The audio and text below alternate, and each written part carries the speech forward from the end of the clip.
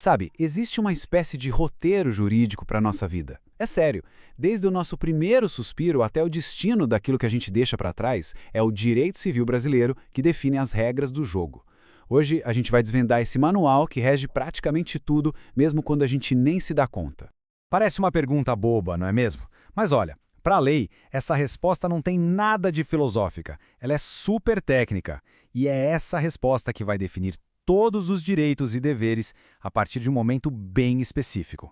Pois é, a lei tem uma resposta muito, mas muito clara para essa pergunta. O conceito de pessoa é a pedra fundamental de todo o direito civil. E é exatamente por aí que a nossa jornada legal de hoje começa. Então, vamos lá. Primeiro de tudo, o que exatamente é o tal do direito civil? Acho que a melhor forma de pensar nele é como se fosse o sistema operacional da sociedade. Ele não se mete muito na nossa relação com o governo, mas, por outro lado, ele define todas as regras do jogo nas nossas interações particulares. Pensa um pouco, o contrato de aluguel, a compra de um celular, o casamento, uma herança, todas essas situações e muitas outras são reguladas por esse grande conjunto de normas. No fundo, o direito civil é o que organiza a nossa vida em comunidade, do comecinho ao fim. Certo, mas qual é o ponto de partida? Quando é que a vida realmente começa, aos olhos da lei? A resposta para isso está no conceito de pessoa natural, que é basicamente o termo jurídico para cada um de nós. Seres humanos de carne e osso. E aqui está o ponto crucial, o marco zero da vida legal. É o nascimento com vida. Aquele primeiro respiro. É nesse exato instante que um indivíduo deixa de ser só uma expectativa e se torna oficialmente um sujeito de direitos e deveres perante a lei. E no momento em que se adquire essa personalidade jurídica, é como ganhar um escudo de proteção. São os chamados direitos da personalidade. Eles são intransferíveis, não dá para vender nem para doar, e garantem o básico da nossa dignidade.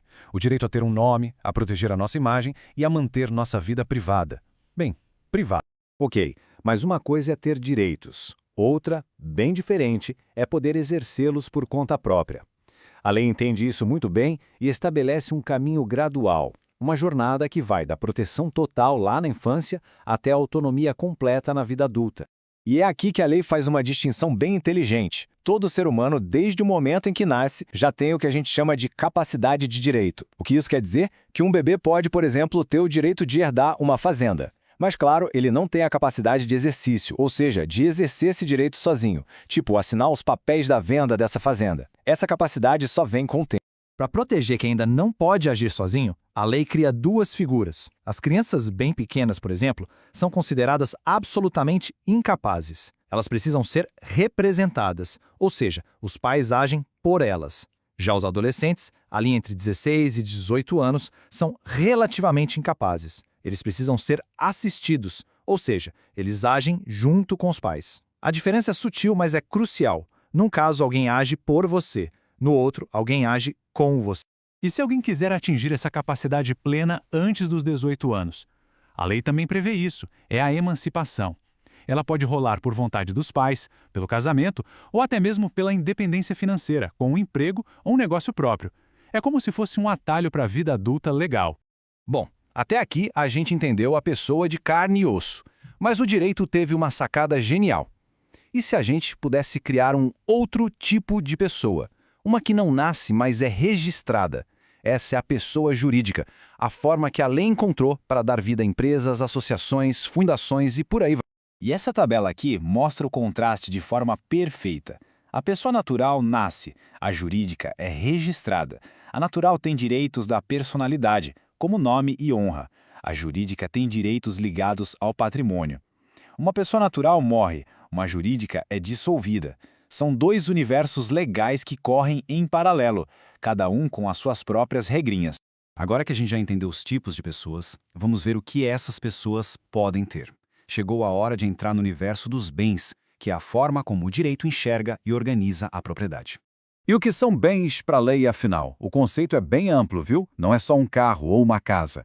Uma marca, uma patente, até os direitos autorais de uma música. Tudo isso são bens. Basicamente é tudo aquilo que tem algum valor econômico e que forma o patrimônio de alguém.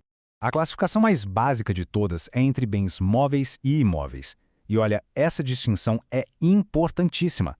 As regras para vender um carro são completamente diferentes das regras para vender uma casa, que exige toda uma burocracia com escritura pública em cartório, e tudo isso por causa dessa simples categorização. E a lei continua classificando? Pode parecer só um detalhe, mas cada categoria dessas resolve um problema prático da vida real. Se alguém deve R$100, pode pagar com qualquer nota, porque o dinheiro é um bem fungível. Mas se a dívida é aquele quadro específico do Portinari, não dá para entregar outro, né? É infungível. Cada classificação dessas existe por um motivo bem prático. Bom, a gente já percorreu o início da vida legal, a relação com os bens, agora falta o fim. Como é que a história de uma pessoa termina para o direito? E do mesmo jeito que há um começo, há também um fim. Para a pessoa natural, a morte põe um ponto final na sua personalidade jurídica. O roteiro se encerra.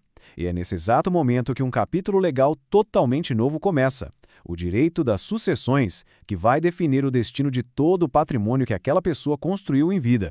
Mas e quando alguém simplesmente some, desaparece, sem deixar rastros? Para isso, a lei tem uma solução: a figura da ausência. É um processo gradual que primeiro protege os bens da pessoa desaparecida e depois de muito tempo pode acabar declarando essa pessoa como morta presumida, para poder organizar a herança como se a morte tivesse sido confirmada. No fim das contas, a grande lição é essa. O direito civil não é só uma teoria distante, cheia de termos complicados. Ele é o roteiro que nos acompanha em cada passo, organizando nossas relações e dando segurança jurídica para os momentos mais importantes da nossa existência. E para a gente fechar, fica aqui uma reflexão. Pensa só, o direito criou a figura da pessoa jurídica para atender a uma necessidade da sociedade da época. Hoje, a gente já discute se a natureza deveria ter direitos, ou até mesmo se inteligências artificiais poderiam ser reconhecidas legalmente. O que será que o futuro reserva para o conceito de pessoa? Essa é uma história que, com certeza, ainda não acabou.